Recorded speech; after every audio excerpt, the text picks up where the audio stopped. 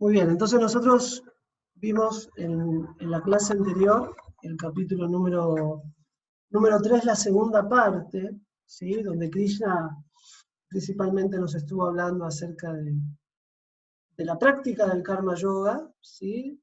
Un poquito acerca de las diferentes actividades establecidas bajo los aspectos del conocimiento ligados a las ofrendas. ¿Sí? Él habló en este pasaje, como hemos visto, un poquito sobre la envidia, ¿sí? La envidia a lo supremo, la envidia a aquello que nos hace bien, definiendo el concepto de envidia como encontrar fallas en algo que es bueno para nosotros, entendiendo que la envidia, entre otras cosas, es el gran enemigo de la entidad viviente, y en ese aspecto y en ese contexto surge un interés, digamos, una descripción muy interesante de Krishna hablándonos acerca de este punto, ¿no? Que es mejor ejecutar los propios deberes prescritos, aunque sean defectuosos, que ejecutar los deberes de otros. ¿Sí? El concepto de deber es algo que se replantea en varias oportunidades en este capítulo número 3, en el contexto del deber asociado a la función del alma. El deber como actuar conforme a la naturaleza inherente del ser, que en este caso implica el servir. Es natural para el alma, natural para la conciencia el acto de servir. Lo más que a veces ese acto de servir se puede ver, por decirlo de alguna manera, limitado a los dictámenes del ego falso. Entonces, en vez de servir a lo divino, se puede servir al cuerpo, se sirve al ego falso. Entonces, entender que la función y el propósito del servicio esencialmente radican en el desarrollo intrínseco del alma, de la conciencia. Y en ese aspecto es que se habla precisamente de los deberes en este contexto, ¿no? Los deberes que conducen a la trascendencia. Y desde el verso 36 al 43 se menciona, Arjuna le hace una pregunta a Krishna, ¿no? ¿Qué es lo que le impele a uno a los actos pecaminosos, a los actos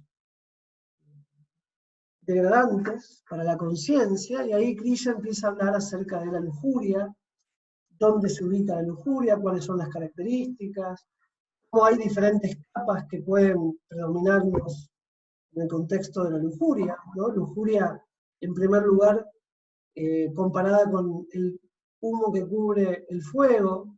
Esto se hace, esta comparación, como vemos aquí en el verso 38, Krishna la relaciona como aquellos que conocen acerca de la trascendencia, que practican acerca de la espiritualidad, pero que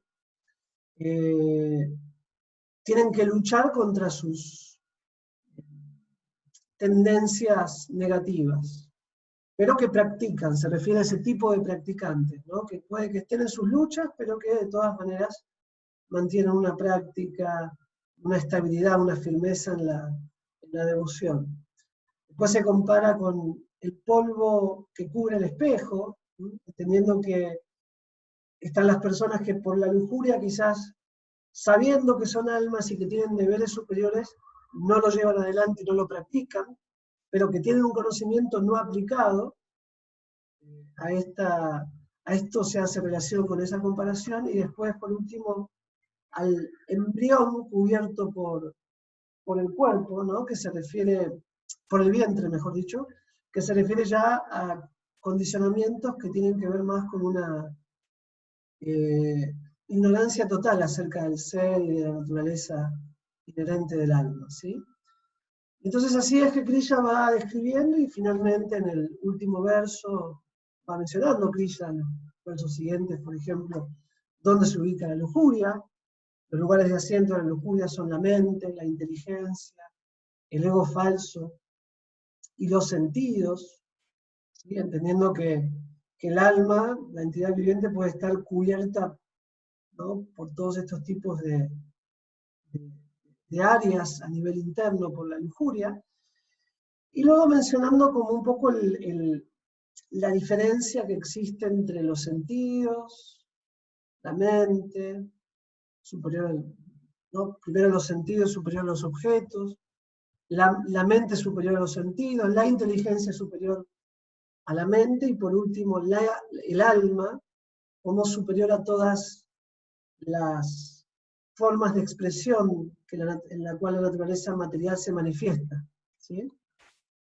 Entonces cierra este capítulo 3, Krishna diciendo que de esta manera, sabiéndose uno trascendental a los sentidos, a la mente y a la inteligencia material, uno debe controlar al yo inferior por medio del yo superior, y así mediante la fuerza espiritual conquistar a este insaciable enemigo conocido como la lujuria. Entendiendo que la lujuria es precisamente lo que hace que estemos amarrados a nuestra naturaleza más inferior, ¿sí? Nuestra naturaleza más baja. Y así termina este capítulo número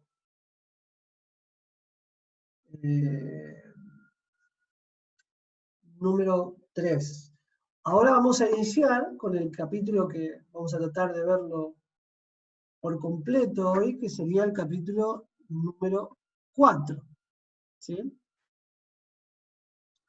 Este capítulo número 4, llamado Jnana Yoga, el yoga del conocimiento, o en otras palabras, la acción con conocimiento. El capítulo 3 se llamó Karma Yoga, ¿sí?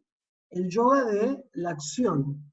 Este capítulo 4 se va a llamar Jnana Yoga, que es el yoga del conocimiento, ¿sí? Las prácticas yógicas que permiten que nosotros podamos comprender el ser.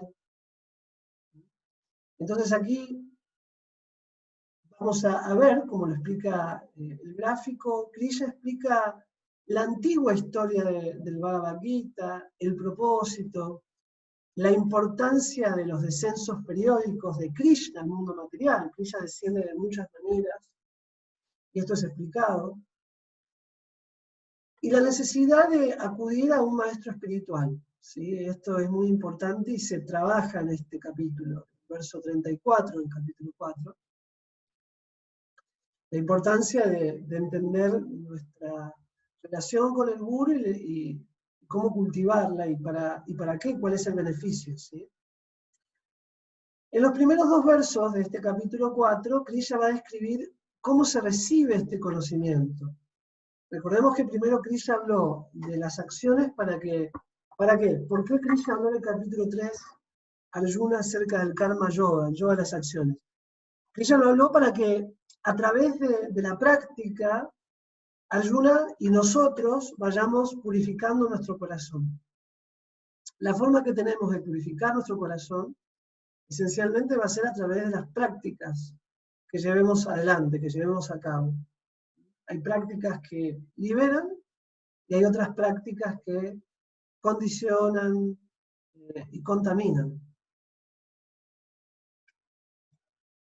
Entonces, en los primeros 2 versos del capítulo 4, Krishna le va a describir a Arjuna cómo se recibe este conocimiento y la importancia de entenderlo y de aplicarlo. Entonces vamos a leer el verso número 2, que Krishna le narra a Arjuna. Krishna le dice, esta ciencia suprema, verso 2 del capítulo 4, ¿no? Estamos aquí. Esta ciencia suprema fue de tal modo recibida a través de la cadena de sucesión discipular. Y los reyes santos la entendieron de ese modo. Pero con el transcurso del tiempo, la sucesión fue rota y por lo tanto, esta ciencia, tal como es, aparece como perdida.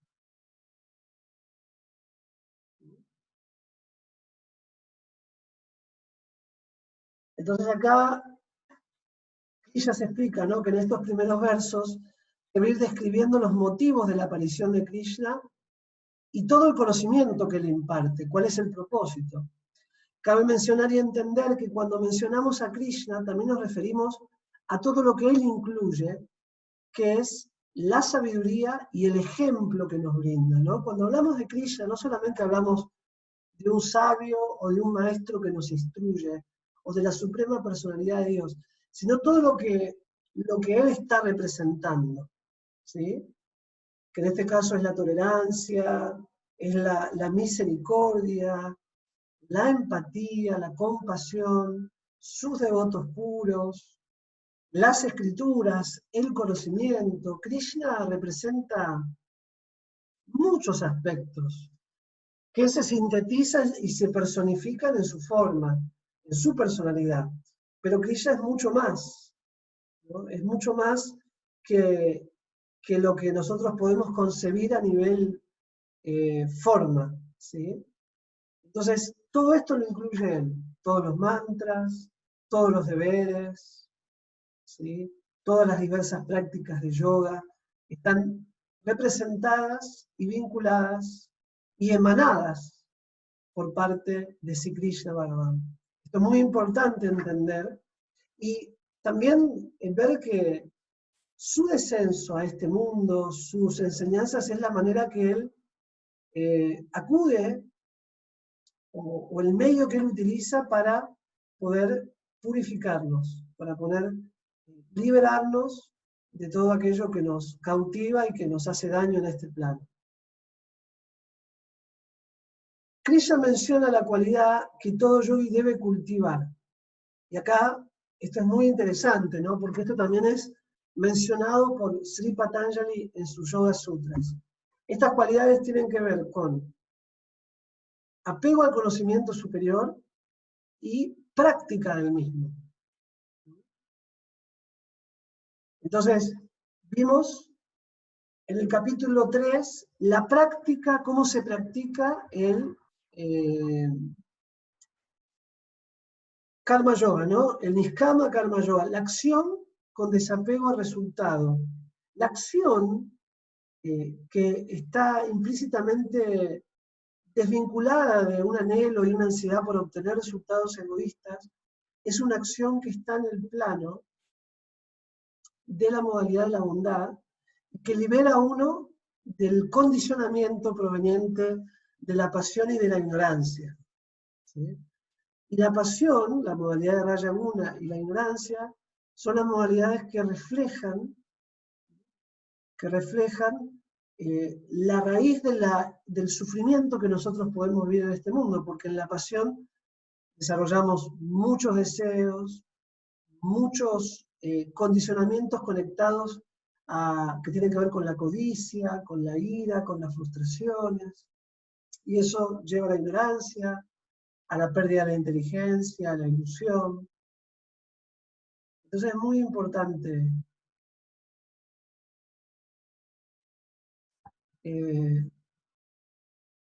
este pasaje, ¿no? Este pasaje que estamos explicando.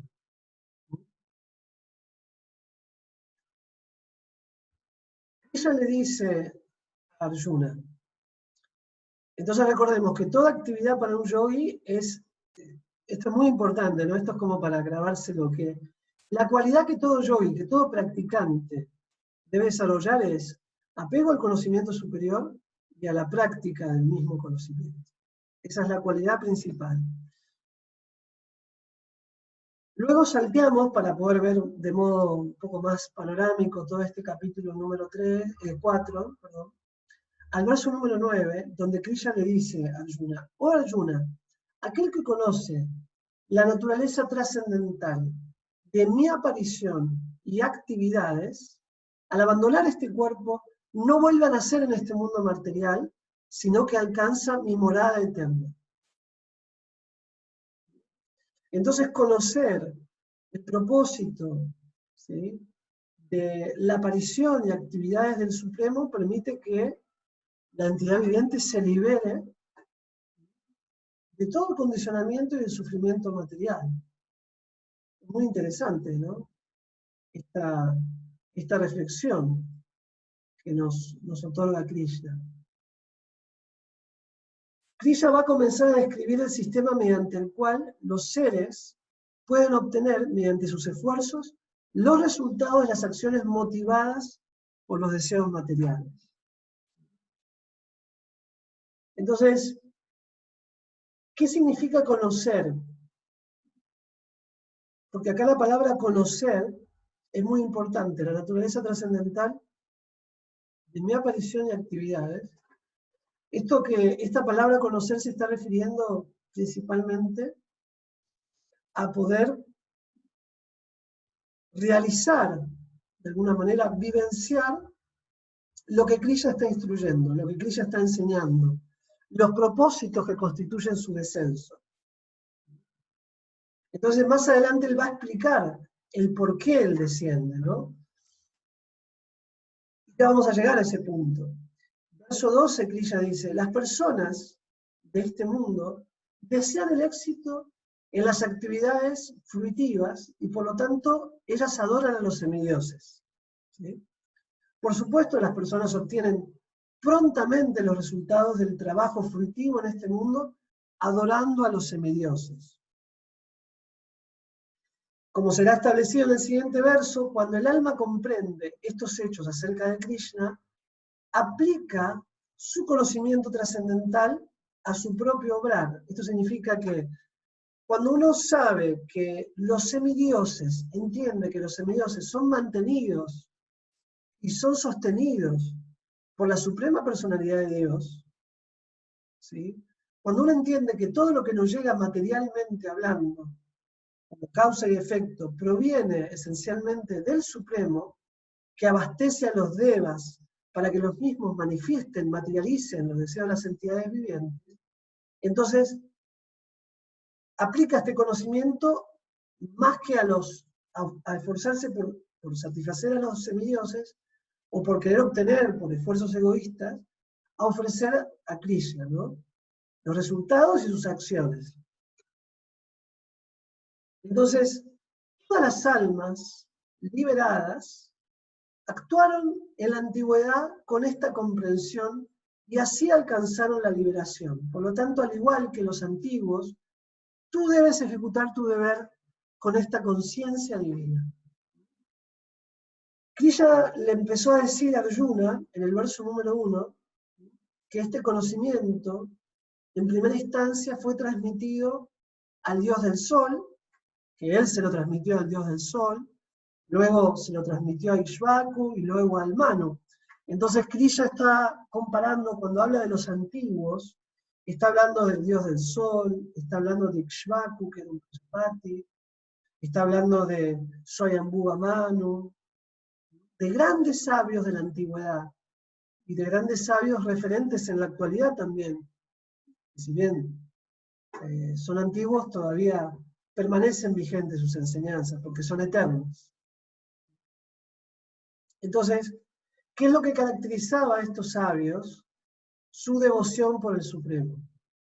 Entonces, todas las almas liberadas, que son almas liberadas, ¿no? Se explica que las almas que practican la devoción están en la plataforma de la liberación, entonces también se les menciona como almas liberadas, y eso podemos realizarlo todos nosotros.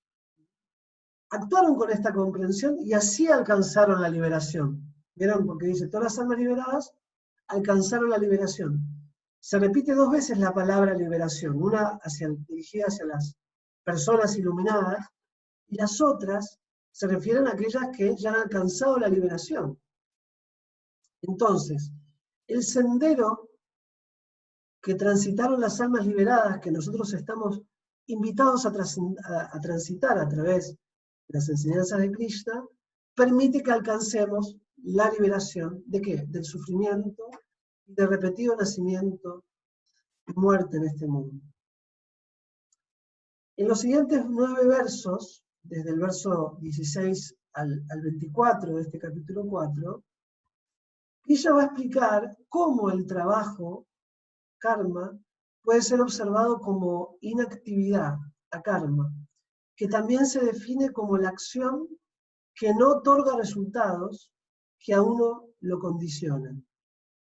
Se demostrará que ninguna reacción afecta a aquel que obra con el conocimiento trascendental.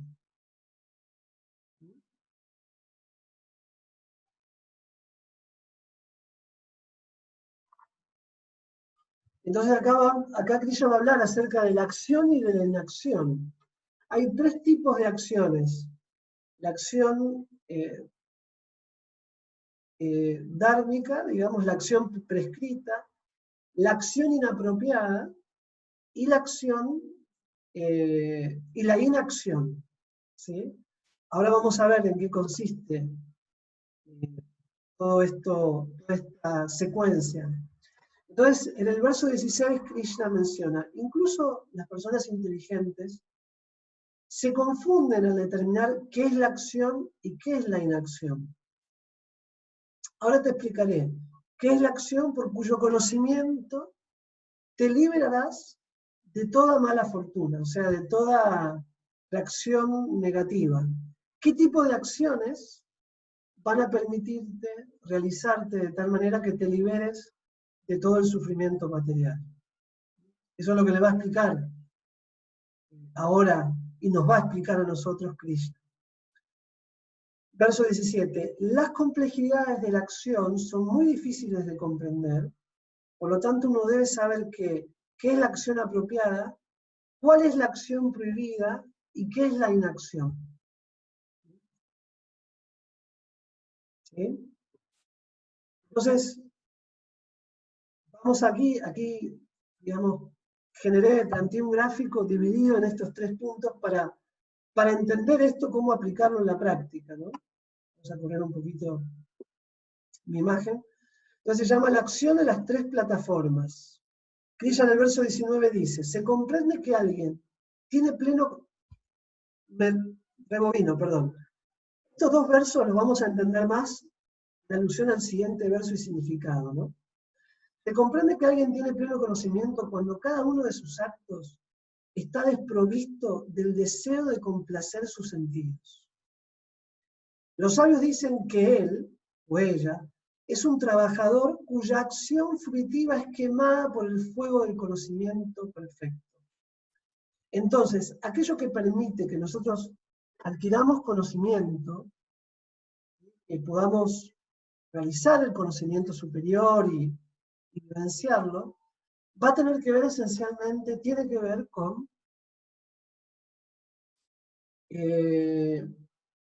actuar desprovistamente de deseos de disfrutar egoístamente. Es como un trabajo psicológico, es como un trabajo mental.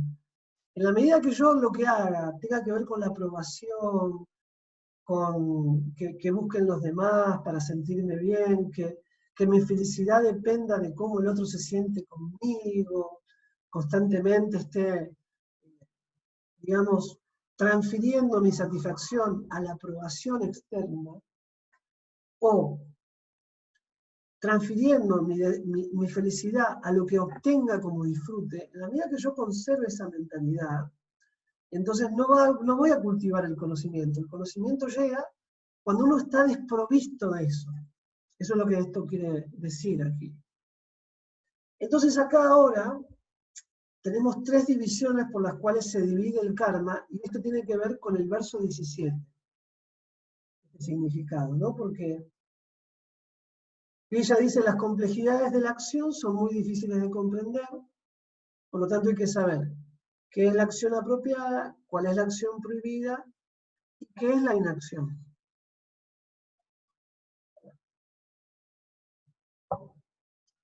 Karma Kanda. Estos son los 3 tipos de karma. Karma, recordemos, significa acción. Karma Kanda es la acción realizada conforme a las recomendaciones de las escrituras védicas y reglas y regulaciones yógicas, yama y niyama.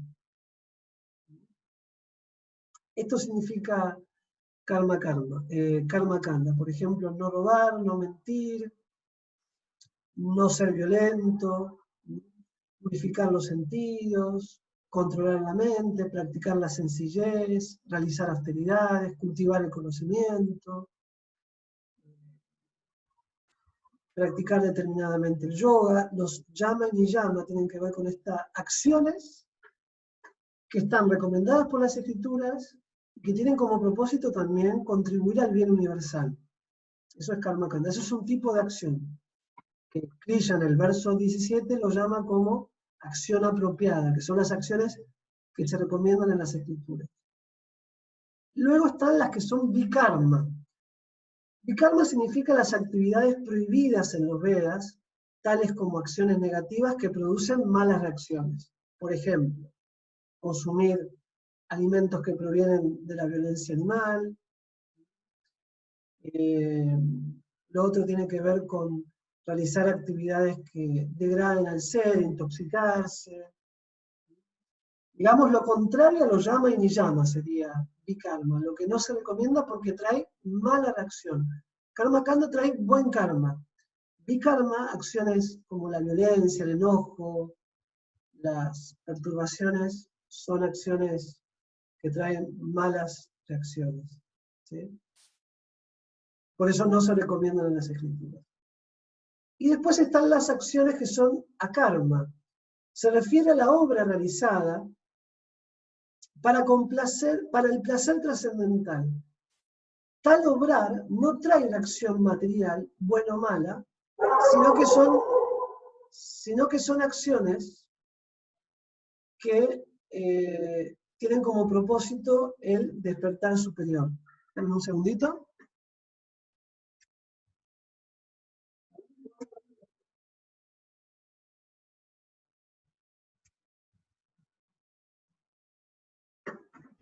Bien, esa es la actividad akarma, ¿sí? No es una actividad, no trae una mala reacción material. Eso es muy importante entender. ¿Cuáles serían las actividades akarma? Bhakti Yoga, por ejemplo. El Bhakti Yoga es la actividad akármica por excelencia. ¿Qué incluye el Bhakti Yoga? Bhakti Yoga nos enseña acerca de cómo ofrecer, ¿no?, el alimento, como hemos visto en el capítulo 3. En el capítulo 5 vamos a seguir viendo Bhakti Yoga. El capítulo 5, digamos que el capítulo 3 habla del karma, ¿sí?, de las acciones. El capítulo 4 habla de la renunciación, del conocimiento, del cultivo del conocimiento. Y el capítulo 5 habla de la combinación de ambos, como la combinación del karma y del conocimiento, de las acciones conscientes y el conocimiento, nos llevan al bhakti, a la plataforma de la devoción.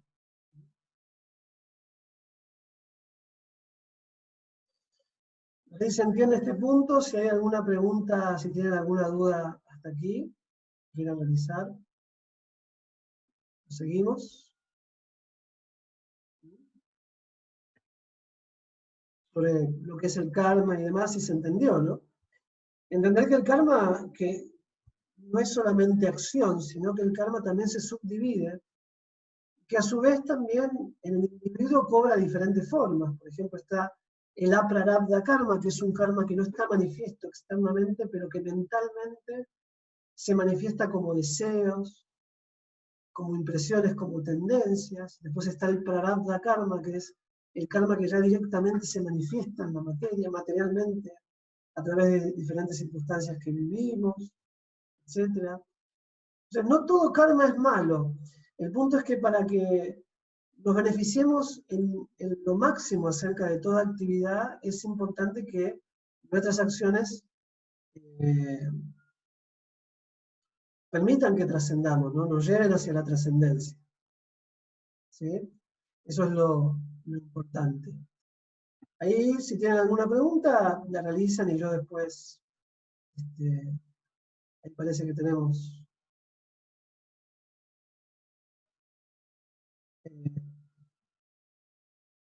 parece que tenemos una pregunta, ¿no?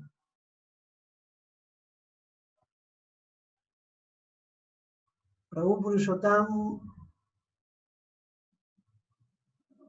pregunta, ¿uno limpia el karma a través de la acción akármica? Claro, y esa acción akármica es Bhakti Yoga. O sea, el Bhakti Yoga lo que tiene, digamos lo que... Por eso se llama que el Bhakti es el yoga que implica e incluye todos los demás yogas, ¿no? Lo que tiene el Bhakti Yoga es que permite que no solamente uno purifique su karma, ¿sí?, sino también que no genere mal karma. O sea, cumple como esos dos, por eso se llama akarma, ¿no?, el Bhakti también. Porque hay acciones en el Bhakti, y esas acciones, como por ejemplo, cantar el Mahamantra, Hare Krishna, que es una práctica del Bhakti, purifica el karma, y no genera mal karma. Adorar a las deidades o tener un altar, ofrecer alimento, purifica el karma, genera buen karma espiritual, en el sentido que transmite. Recordemos que el karma deja siempre impresiones, toda acción deja una impresión, y esa impresión se manifiesta como una tendencia después, en la mente, ¿sí? Entonces, se explica que esas impresiones se llaman samskaras. Esos samskaras que provienen de las prácticas del bhakti, posteriormente generan tendencias que nos purifican, si son practicados con sinceridad y con dedicación.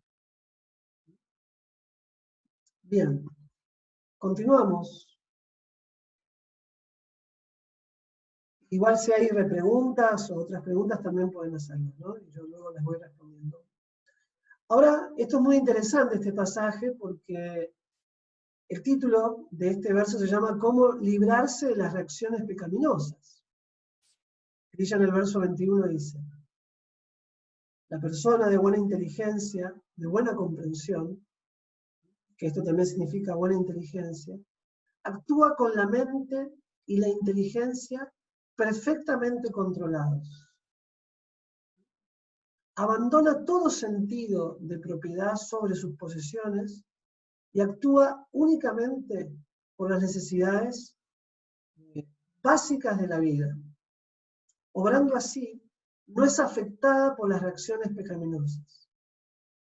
Entonces, una persona con buena comprensión, entendimiento del conocimiento, y recordemos que la comprensión está intrínsecamente relacionada con la inteligencia, con la capacidad de reflexionar, de discernir lo que es bueno y lo que es malo, para mí y para los demás, abandona todo sentido de propiedad, o sea, primero actúa con una inteligencia y mente perfectamente controlada. Esto significa equilibrada a la luz del conocimiento. Una persona con buena comprensión, lo que va a empezar a ver es como a percibir de alguna manera una realidad superior a través de las prácticas, ¿sí? A través de las diferentes labores que desempeña.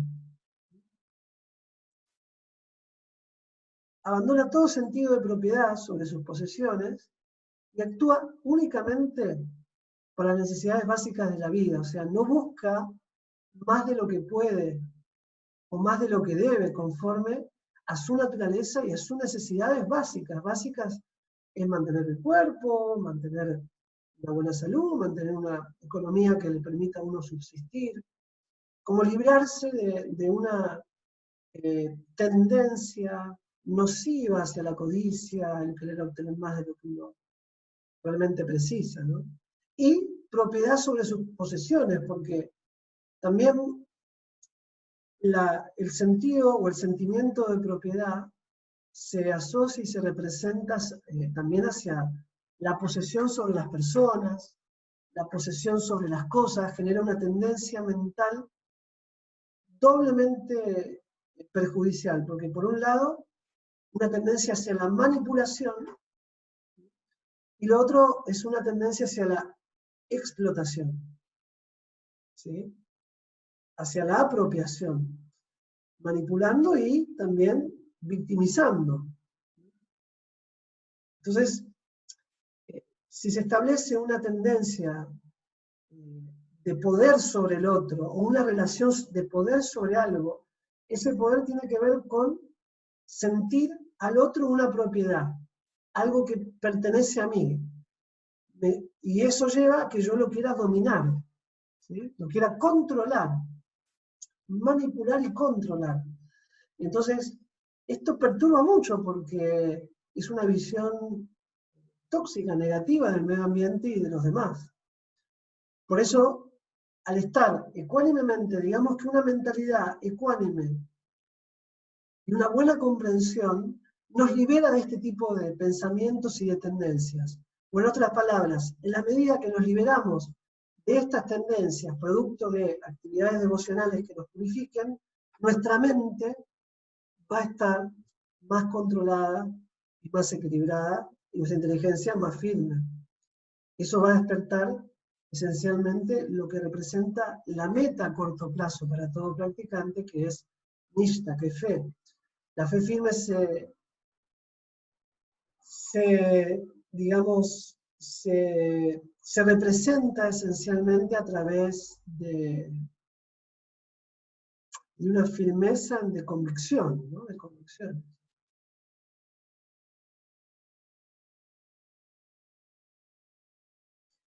Obrando así, no es afectada por las reacciones pecaminosas. Entonces, obrando de esta manera, uno no va a ser afectado por las reacciones negativas. Entonces, esto es como resultado de las prácticas del bhakti, akarma. ¿Vieron? Como que purifica las impresiones y genera buenas reacciones.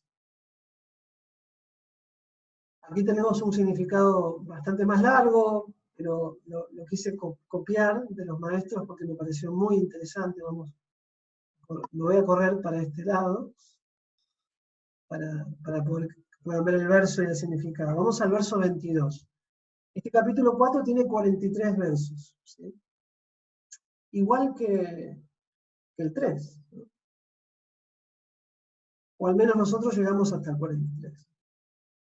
Verso 22. Aquel que está satisfecho con la ganancia que viene por sí misma, que está libre de la dualidad y no envidia,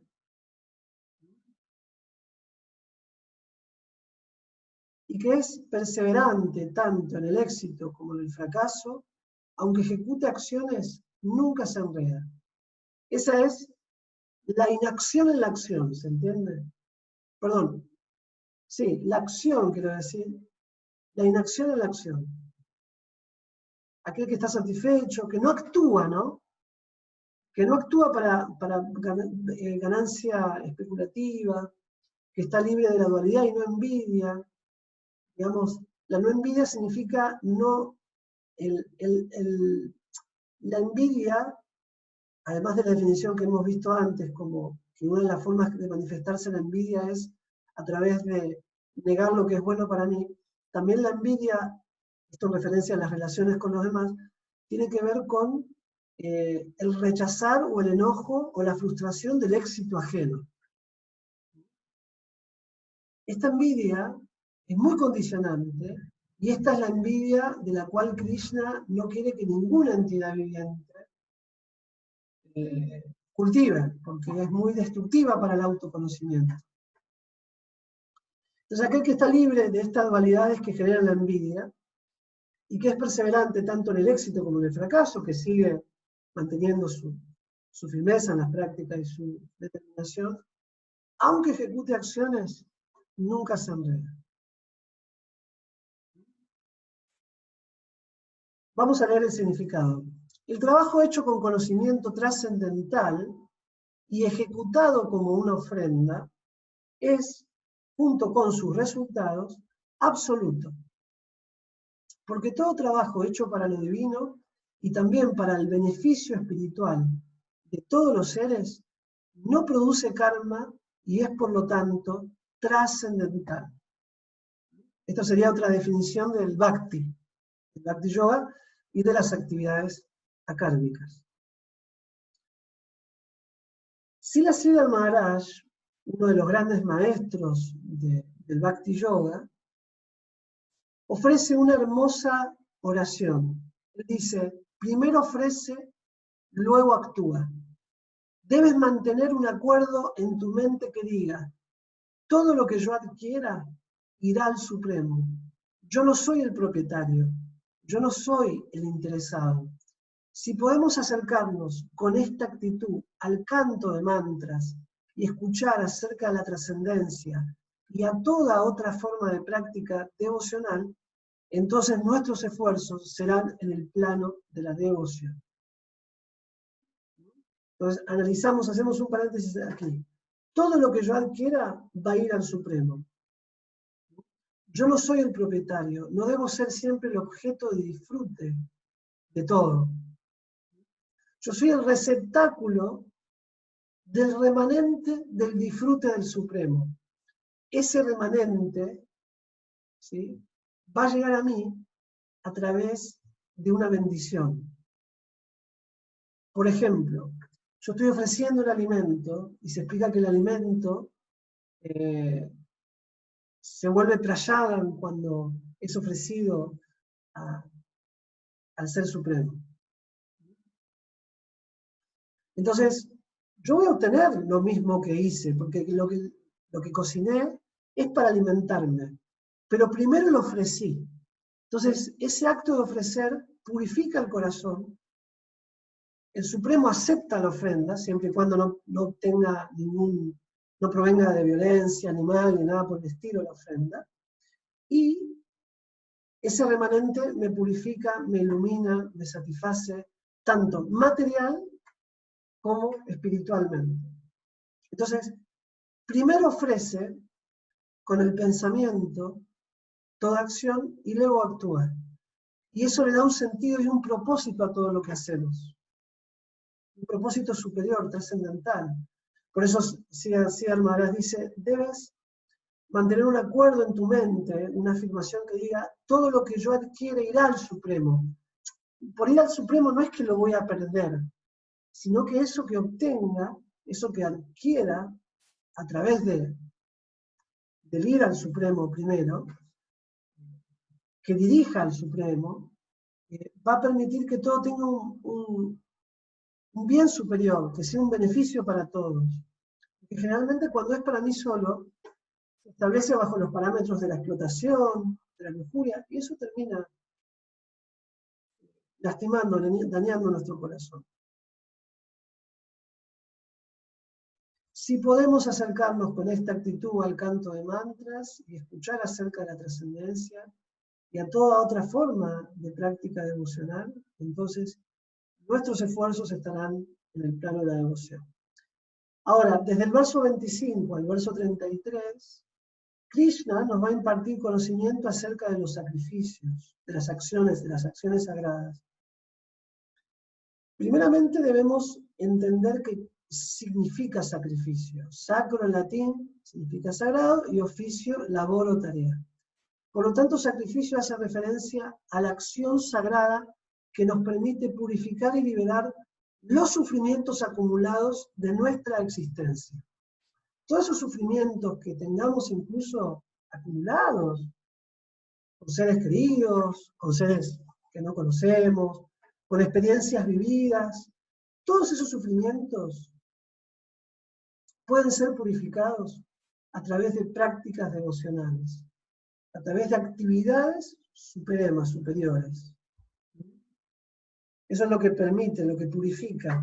Y estas actividades, de vuelta, tienen que ver con el Bhakti. Del verso 22, porque desde el verso 25 al 33, esta es tarea para el hogar, si la quieren anotar, ¿sí? Leer todos los versos que yo no leo, me parece muy bueno que los lean. Si yo leo verso por verso, no terminamos más el capítulo. Entonces voy tomando los que, a mi entendimiento, son los más relevantes del capítulo, aunque todos son relevantes. Es un trabajo muy difícil para mí seleccionarlos porque todos los significados son maravillosos, pero tenemos un año viendo un capítulo, y quizás más. Entonces, para no hacerlo de esta manera, es que hay versos que salteo. Entonces, del verso 23 al 33, pueden leerlo ustedes como tarea para el hogar. Me parece muy interesante que lo realicen como una tarea y como un compromiso también, como una austeridad, ¿ven? Como algo que nos va a purificar enormemente. Ahora bien, yendo al verso 34, Krishna habla de la importancia del maestro espiritual y su contribución hacia nuestro avance. Este es otro de los temas tan importantes que aborda este capítulo. Y esta imagen que estamos viendo retrata, esta imagen parece una foto, ¿no? Realmente el campo de Kurukshetra. Recordamos que hace más de 5.000 años este lugar es un sitio sagrado y de peregrinaje, y hay un museo, de hecho, de la batalla y demás. En India, en Kurukshetra mismo se llama. Había más de 640 millones de soldados, es un campo gigantesco, imagínense, en esa época más todavía, luchando durante bastante tiempo. De hecho, el Bhagavad Gita, todo esto que Krishna le habla a Arjuna, estos 700 versos que se dividen en 18 capítulos, Krishna se lo habla a Arjuna en 45 minutos. 45 minutos le tomó a Arjuna comprender y actuar en el plano del Bhakti. Lógicamente, Arjuna era un gran yogi místico, pero digo, si uno acepta plenamente lo que obtiene, el conocimiento que imparte Krishna, rápidamente también puede iluminarse como Arjuna. Es una cuestión de tiempo. El tiempo va a depender de la disposición y del deseo de uno por querer iluminarse, ¿sí? O mejor dicho, dejarse iluminar. Y en este contexto, para dejarnos iluminar es muy importante la presencia y función del maestro espiritual. Ella le dice a Arjuna, tan solo trata de aprender la verdad acercándote a un maestro espiritual, inquiere de él sumisamente y ríndele servicio. El alma autorrealizada puede impartirte el conocimiento porque ha visto la verdad. Entonces, ¿qué significa esto? Que son 3 pasos, ¿sí? Primero, acercándonos a un maestro, tratar de vincularnos con maestros es muy importante para el desarrollo espiritual. Tener referentes a quien seguir. Puede ser uno, puede ser varios maestros. Luego, inquirir. Idealmente que sean maestros asociados a mi llamado interno. Inquirir es preguntar. Cuando dice sumisamente es sin ánimo de argumentar, sino preguntar desde un lugar para aprender, no para discutir. A eso se refiere con sumisamente. Y luego prestar servicio. No es prestar servicio a la persona, sino también prestar servicio al conocimiento, ¿no? Nosotros servimos a Krishna por seguir sus instrucciones, que tienen como propósito purificar nuestras acciones. Entonces, el alma autorrealizada, siguiendo este paso de preguntar, acercarse, relacionarse, preguntar y practicar, puede de esta manera impartirte el conocimiento porque ha visto la verdad, porque el conocimiento también tiene que ser experimentado. Y hay personas, maestras y maestros que lo experimentan o lo han experimentado, que podemos tomar como referencias, ya sea de forma personal o también escritural, ¿no? Por ejemplo, leer los libros de Srila Prabhupada, es muy importante para tener esta fuente de referencia en este ámbito. Verso 35.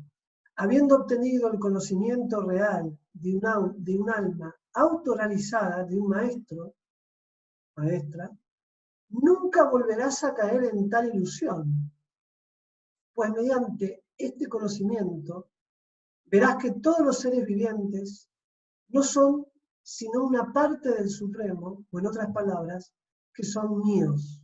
Krishna aquí está hablando como la suprema personalidad de Dios. Y hablando en un contexto muy hermoso, porque es absolutamente intrínseca la relación entre el alma y la divinidad. Eso es lo que Krishna está diciendo aquí, ¿no? Son parte de mí. Somos parte de la suprema conciencia, como almas. Por eso es que él empezó hablando acerca de no lamentarnos, ¿sí? Porque somos parte de la dicha infinita, del conocimiento infinito y de la existencia infinita, que está representada, en este caso, por Krishna, por Dios. De esta manera, habiendo obtenido este conocimiento, no vamos a caer en esta ilusión. Esto es muy importante. Srila Prabhupada explica, el resultado de recibir el conocimiento de un alma autorrealizada o de alguien que conoce las cosas tal como son, es aprender que todos los seres vivientes son partes y porciones de la suprema personalidad de Dios, el Señor Krishna. El sentido de una existencia separada de Krishna, entender que somos seres, que no existe nada, que somos el centro de todo, es Maya, ¿sí? Se denomina ilusión. Aquí tenemos una imagen del sitio de Kurukshetra, del lago, de un lugar sagrado aquí, digamos de un templo, en el mismo Kurukshetra hoy en día, ¿no? Muy, muy hermoso. Entonces, el miedo surge de la separación, como dijo, creo que Napoleón o Alejandro Magno, divide y reinarás. Genera temor, el temor es poder, generar temor es poder. Entonces, de esta manera vemos que el gurú, que los gurús nos dan un tipo de conocimiento que nos libera del temor. ¿Por qué? Porque nos libera de percibirnos como entidades separadas del Supremo, del Absoluto. Ese es el punto principal que reluce de estas enseñanzas. Otro gran comentarista, y hablando de gurús y maestros, como Srila Vishwanath Chakrabarti Thakur, que es un gran maestro y comentador del Bhagavad Gita, él expresa que si alguien actúa tan pecaminosamente, ¿sí? Si alguien actúa o ha tenido muchas acciones pecaminosas en su vida, ¿cómo puede purificar o purificarse su corazón? Y dicha purificación, ¿cómo puede desarrollar conocimiento? Y si ha desarrollado conocimiento, ¿cómo puede actuar de modo tan impropio? A veces, ¿no? Entonces, esta es una interesante pregunta que Krishna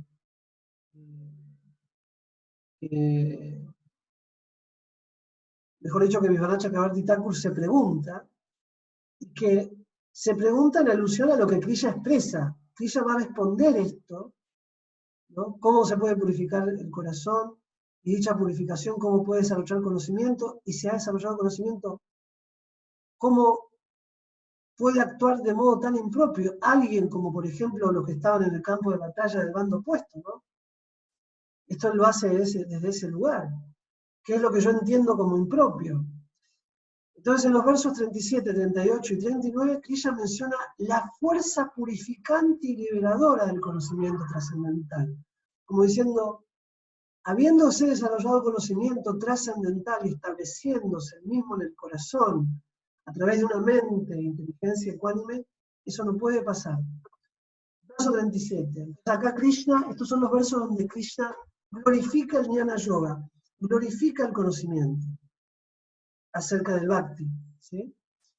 Verso 37. Oh Arjuna, tal como el fuego abrasador convierte la leña seca en cenizas, así el fuego del conocimiento reduce a cenizas todas las reacciones de las actividades materiales. En este mundo no hay nada tan sublime y puro como el conocimiento trascendental. Tal conocimiento es el fruto maduro de todo misticismo, y aquel que lo ha alcanzado, disfruta a su debido tiempo del yo que está dentro de sí mismo. Y los maestros explican que ese disfrute del ser, del yo, por haber adquirido este conocimiento, mejor dicho, ¿qué significa? ¿Cómo se adquiere este conocimiento? ¿A través de qué acción? Del Bhakti Yoga. De la práctica del sacrificio, de la austeridad, del servicio devocional. De vuelta, que se centra esencialmente en el canto del Maha Mantra Hare Krishna. Hare Krishna, Krishna Krishna, Hare Hare, Hare Rama, Rama Rama, Hare Hare. Entonces ahí uno obtiene el conocimiento de las prácticas. Y este conocimiento va quemando como el fuego a la leña, la convierte en cenizas, quemando las reacciones negativas materiales que pueden estar en la mente y en el corazón de uno todavía molestando. Entonces hay que ser paciente. Hay que dejar que el fuego del conocimiento purifique nuestro corazón, y esto va a llegar a través de acciones en el plano del conocimiento. ¿Y cuáles son esas acciones? Las acciones de vuelta, asociadas al Bhakti Yoga y a la ofrenda. De esa manera uno disfruta el mismo y lo experimenta dentro de sí, el conocimiento. ¿Sí? Ya en el verso 39 le dice a Arjuna, una persona fiel que está absorta en el conocimiento trascendental, que subyuga sus sentidos, los controla, pronto alcanza la suprema paz espiritual. Aquí Krishna explica las calificaciones que una persona necesita para obtener conocimiento trascendental. Debe tener fe, estas son las calificaciones, ¿no? Debe creer, debe tener fe,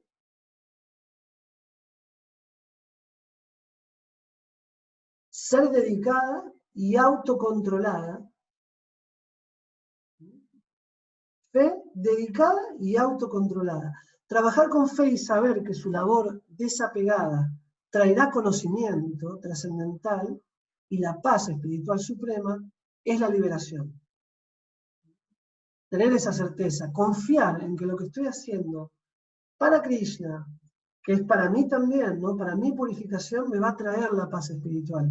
Nosotros a veces queremos experimentar una paz interna a través de mayor disfrute material, no a través de mayor purificación. ¿Sí?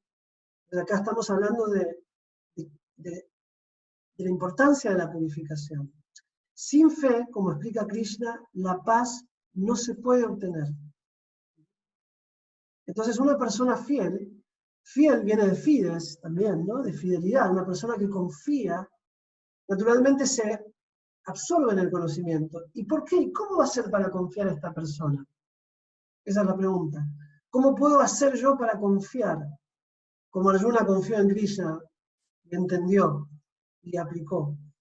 Bueno, a través de ir aplicando el conocimiento, de acercándonos a un maestro espiritual, de preguntar, de practicar, todo esto tiene de cultivarnos, todo esto va estableciendo una fe que se caracteriza por una inteligencia firme, una inteligencia que nos va a permitir discernir de una manera equilibrada. ¿No? Porque de lo contrario, como hemos leído en el capítulo 2, una inteligencia inestable ramifica la mente, la vuelve muy dubitativa, con muchos miedos, con muchas sospechas. ¿Sí? Verso 40. Y acá habla sobre la última pregunta que le hace, ¿no? Porque ¿cómo puede actuar alguien que ha desarrollado conocimiento o que ha adquirido conocimiento de una manera impropia? ¿No? Entonces, esto se responde en el verso número 40. Las almas que dudan del conocimiento caen y sufren las consecuencias. Pero las personas que ignoran la importancia del conocimiento divino, que dudan de las escrituras reveladas, no alcanzan la conciencia superior. Para el alma que duda, no hay felicidad, ni en esta vida ni en la siguiente.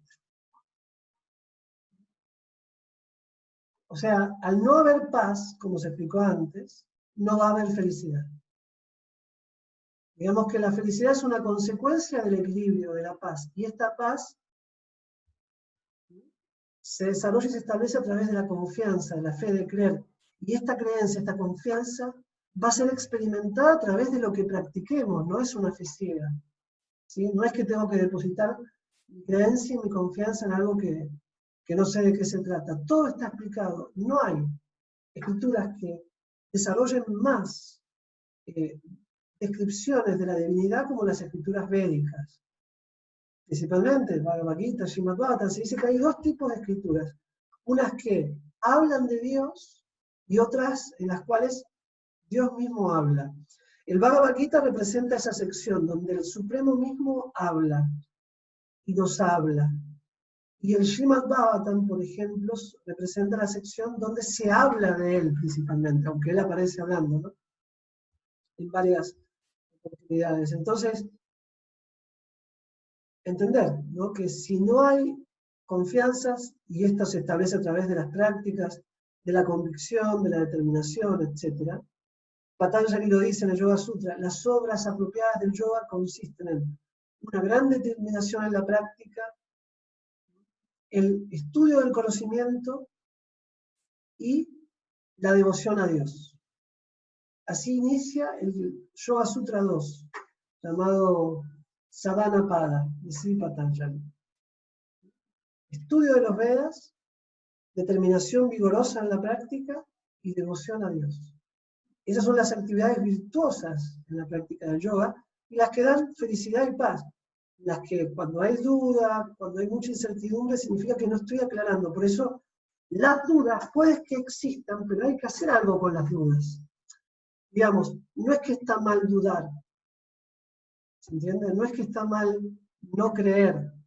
Al principio podemos estar llenos de dudas, pero si las mismas no acudimos a preguntar y a aclararlas y a profundizar en cómo entender el por qué no entendemos algo, o entender algún significado o tener alguna respuesta, entonces no vamos a avanzar.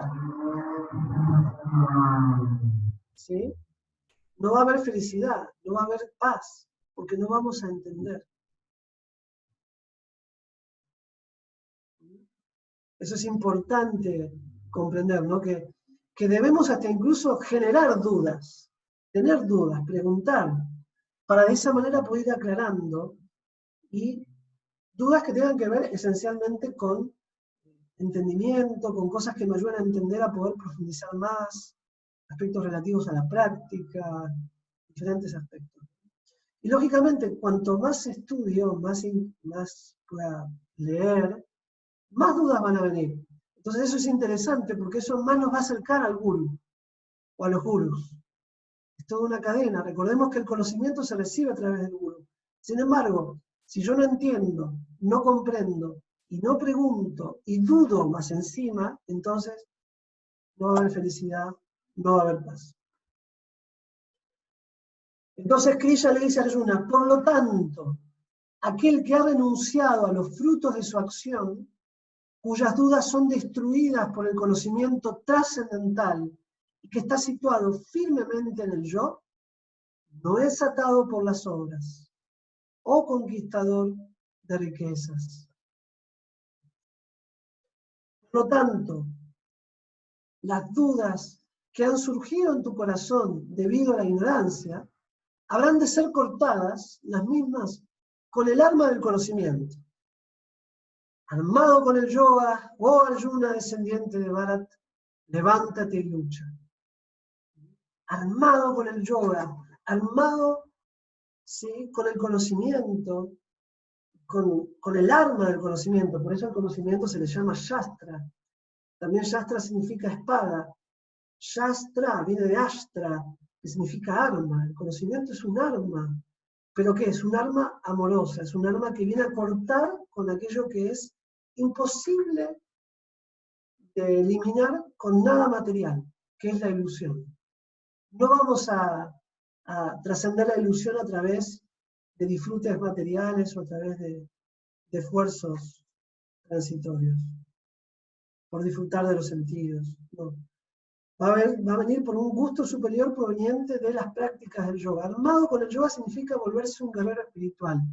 ¿Qué es un guerrero espiritual? Un guerrero espiritual es alguien que practica desde la plataforma del amor, del servicio, del sacrificio, de la ofrenda, del afecto, de la abnegación, del bien común. Eso es lo que nos está pidiendo Krishna a nosotros a través de Arjuna.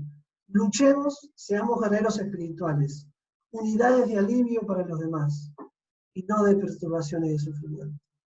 Para eso primero tenemos que aliviarnos nosotros mismos, ¿no? Todo esto le da un sentido a nuestras acciones. Las dudas que han surgido en el corazón, las dudas que surgen, vienen de la ignorancia, y hay que hacer algo con eso, porque mantener la ignorancia nos va a situar siempre en el plano del sufrimiento.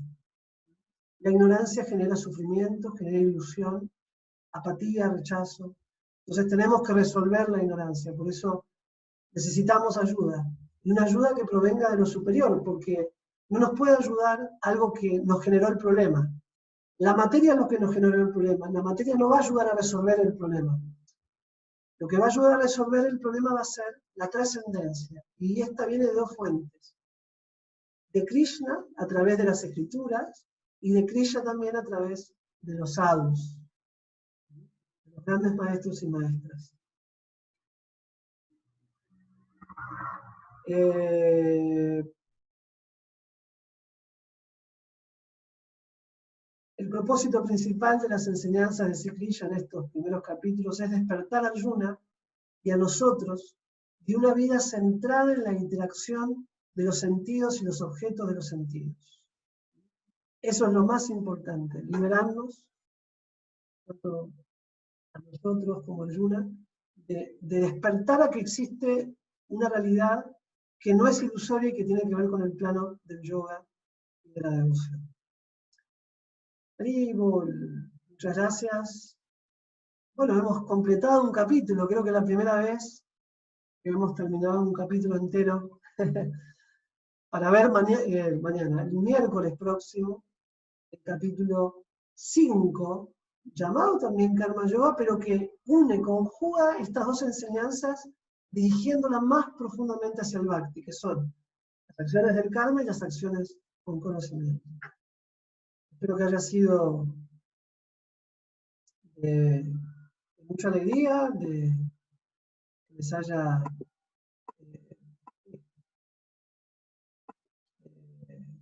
inspirado, animado, a todos los conectados. No sé si hay alguna pregunta o algún comentario, algo que quieran agregar. Karina Morales también, muchas gracias por estar conectada. Muchas gracias, Susana. Esto, por supuesto, queda grabado y lo voy a subir a mi muro, Janardhan Swami, para todos los que lo quieran después ver o repasar. Y, por supuesto, también voy a subir algo que estoy viendo, que es la proyección de este capítulo 4, para que también lo puedan leer. Y como tarea, de corazón, una tarea que es la mejor tarea, de las mejores que podemos hacer, leer todos los versos, si es posible, del capítulo número 4 y de todos los capítulos, ¿no? Los que leí y los que no leí también.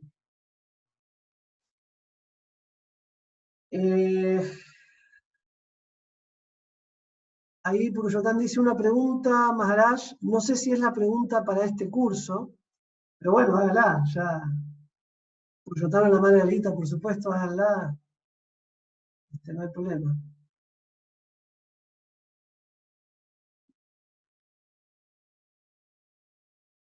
Ahí los veo. Parece que es la Margarita la pregunta. Madre Natia también, Natia Jarini, un gran saludo, gracias. Gracias también a todos por compartir la publicación y también pueden escribir, como para que se mueva y pueda llegar a más personas todo esto, ojalá que esto tome más en serio, ¿no? Nosotros lo presentamos así porque es un conocimiento científico, para que realmente las personas tomen en serio esta filosofía que es milenaria y maravillosa, ¿no? Un gran saludo también a Joaquín y Shivesh. Aquí tenemos la pregunta entonces. En el verso 9, Krishna dice que aquel que conoce el motivo de su aparición y actividades no vuelve a nacer en este mundo material. ¿Por qué entonces el devoto se prepara para volver a nacer en el mundo material en algún lugar del universo en el que Krishna esté apareciendo antes de ir al mundo espiritual? Se entendió perfectamente. Lo que está preguntando aquí es que aquel que conoce, Krishna dice en el Bhagavad Gita, que aquel que conoce las actividades, sus actividades, pasatiempos y demás, no vuelve a nacer en este mundo. En otro pasaje de otras escrituras se menciona que el alma que se ha autorrealizado en esta vida, en este cuerpo, se explica que ya no vuelve a nacer, pero muy probablemente el alma que se autorrealizó en el plano de la devoción a Krishna, nazca en un sitio donde Krishna aparezca a realizar sus pasatiempos, para relacionarse con él, en este universo material. ¿Sí? Entonces la pregunta es, ¿por qué si se dice que no nace de nuevo en el mundo material, nace? El punto es así, como el alma se autorrealiza en este mundo material, uno tiene el potencial para autorrealizarse, Entonces, digamos que como una forma de preparar su cuerpo espiritual, porque se explica que el alma que deja el cuerpo una vez que este cuerpo muere, que previamente se autorrealizó, que experimenta la divinidad en esta misma vida, que es la invitación que en realidad Krishna nos está haciendo a todos, poder entender que no tenemos que esperar a morir para autorrealizarnos, sino que en el presente, ¿no? Se dice que hay tres formas de pensar. Una es tamásica, otra es rayásica y otra es sátvica. La forma de pensar tamásica es en la modalidad de la ignorancia, que nos apega al pasado, ¿sí? Entonces, estamos muy sujetos al pasado. Nostalgias, rencores, etc. La rayásica, que es en la modalidad de la pasión, nos apega siempre al futuro, codiciar las necesidades, los deseos, etc. Tanto en el pensamiento rayásico como en el pensamiento tamásico, no se experimenta ningún tipo de satisfacción. Ni pensar en el pasado, ni pensar en el futuro nos da satisfacción. La única plataforma en la que nosotros podemos experimentar algo es meditar en el presente. Y eso es sattva guna. Eso es la modalidad de la bondad. ¿Se entiende? Cuando uno está en la bondad, está más en el presente. Puede proyectar, por supuesto, hacia el futuro, puede aprender del pasado, pero no queda atado ni al futuro ni al pasado, sino que está actuando en el presente. Por eso la actividad del Bhakti Yoga está precisamente imbuida de sattva guna, porque es algo para hacer en el presente. Entonces, una vez que el alma se autorrealiza, se dice que para adquirir un cuerpo espiritual y entrar en los planetas espirituales y no volver a nacer, pasa por un momento de preparación, donde va preparando su identidad espiritual de una manera práctica y en interacción con otras almas iluminadas y con Krishna mismo, con los asociados de Krishna. Krishna continuamente nace en diferentes universos, aparece, nace no sería la palabra, sino que se manifiesta, aparece y demás en diferentes universos. Entonces, aquel que alcanzó la devoción ya pasa a ser un asociado eterno de Krishna y va a nacer como asociado de Krishna en alguno de los universos de los planetas materiales para interactuar con él. Una vez que hace esa transición, ahí retorna con él al mundo espiritual para ya no volver a nacer más. Por eso uno puede en este mundo volver a nacer como, por ejemplo, si uno desarrolló una purificación, una devoción a tal punto que a través del servicio es tomado por Krishna en un humor de gopi, de amante, o en un humor de amigo de él, van a ser de vuelta en este mundo como un amigo de Krishna. En este mundo, o en otro universo, como un amigo, o una gopi, o como el papá, o la mamá, pueden hacer, si Krishna despertó en un humor paternal o maternal, como Madre Yashoda, porque Madre Yashoda nunca desciende, ella está en el mundo espiritual, eternamente con Krishna. Pero el rol de ella se manifiesta en este mundo para almas que se han liberado en otras vidas. ¿Se entiende? Y ocupan ese rol como papá, como mamá, experimentan esto en este mundo para prepararse en lo práctico y de esa manera liberarse. Ya son almas liberadas, ya no van a caer porque están relacionándose directamente con Krishna. Entonces explica que la autorrealización en el plano de la devoción tiene esos niveles, ¿no? Por el deseo y la voluntad de Krishna. Por más que desciendan a este mundo, ya no están en este mundo, digamos, ¿no? Están como en el mundo de Krishna en este mundo. Digamos que Krishna descendió, pero a su vez, donde está él, es Vrindavan, donde está él, es Vaikunta, todo se vuelve próspero, todo se vuelve el mundo espiritual, es como una burbuja que crea él.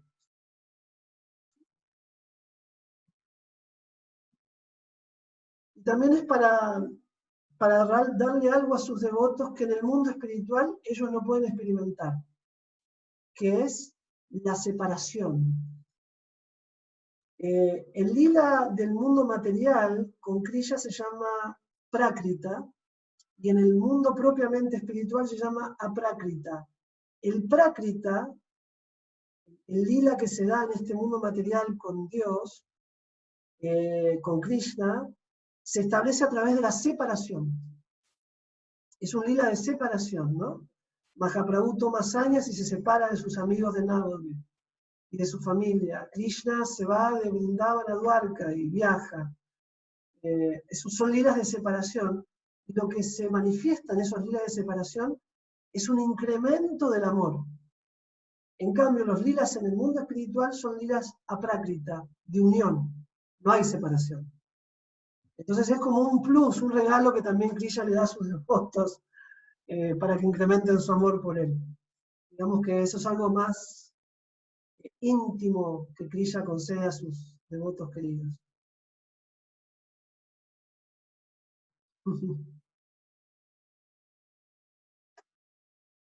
¿Alguna otra pregunta? Y sí, claro, tenía que ver con lo que veníamos hablando porque, digamos, también, como dice Siddhartha Maharaj, Vrindavan o el mundo espiritual, en primera instancia, para nosotros acá es un plano de conciencia, es un estado de conciencia, ¿no? Les voy a contar una historia muy linda que contó una vez Srila Tripurari Maharaj. Estaban yendo, creo que desde Nueva York, con Srila Prabhupada. Srila Tripurari Maharaj es un gran maestro, acharya. Estaban yendo con Srila Prabhupada a una finca, como a 3 horas de Nueva York. Entonces, en un momento iban en un colectivo con devotos, todo el tiempo cantando, ¿no? Cantando mantras, muy extático, ¿no? Entonces, en un momento el colectivo para y ocurre una situación.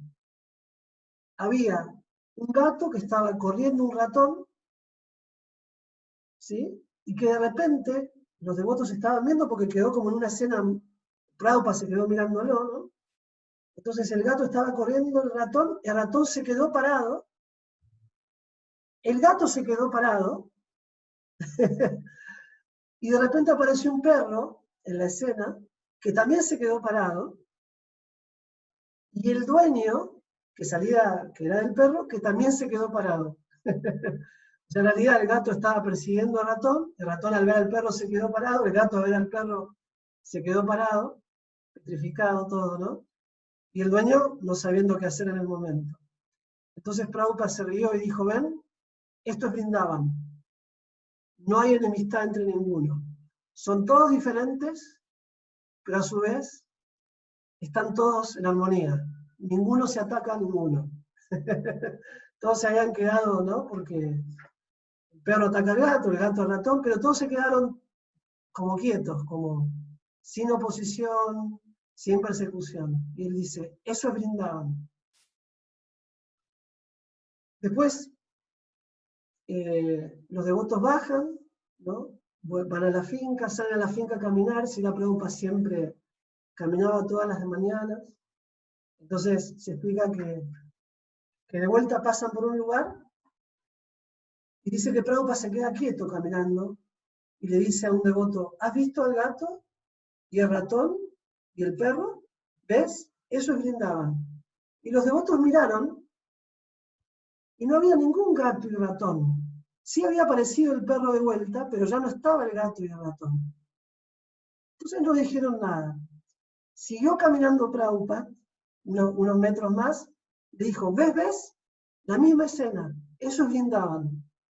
Entonces el devoto, Srila Tripurari Maharaj, que estaba con él, dijo, en realidad Prabhupada, tú eres Vrindavan, ¿no?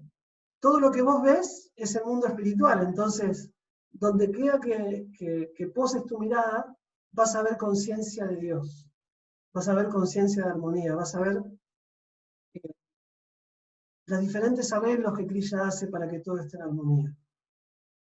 Entonces, el punto es que el mundo espiritual es un estado de conciencia. Eso es lo que debemos entender de estas enseñanzas que Krishna imparte en el Bhagavad Gita. Así como también el infierno, el sufrimiento, es un estado de conciencia. Cuando uno está sufriendo, cuando uno está en ira, está experimentando un tipo de infierno. ¿Se entiende? Que manifiesta, naturalmente, un estado de conciencia. Entonces es muy gráfico, ¿no?, esta escena de Prabhupada de cómo él, al ver a la luz del conocimiento y de su realización de Krishna, podía percibir el mundo espiritual en todo. Porque internamente él vivía en ese estado. De esa manera es la invitación del Bhagavad Gita que podamos vivir con esta conciencia, ¿no? Porque de vuelta, como mencionábamos en los versos anteriores, la conciencia de separación de Krishna, de Dios, de la armonía absoluta, es lo que genera miedo, lo que genera duda, lo que genera sufrimientos. ¿Sí? Así que Jai, Srila Prabhupada, Ki Jai, un hermoso pasatiempo de Prabhupada, ¿no? Para que entendamos cómo es la visión del Guru y qué es lo que el Guru nos quiere regalar también a nosotros. Bueno, muchas gracias por estar conectados. Vamos a estar en contacto entonces el miércoles que viene y muy probablemente este fin de semana, este domingo, estemos dando una nueva conferencia, así que ahí seguramente la vamos a promocionar tanto en mi muro, Janardhan Swami, como en el de la escuela de yoga, Vasanti Veda Yoga, para que todos se puedan conectar, también va a ser vía Zoom. Bueno, un gran saludo a todos.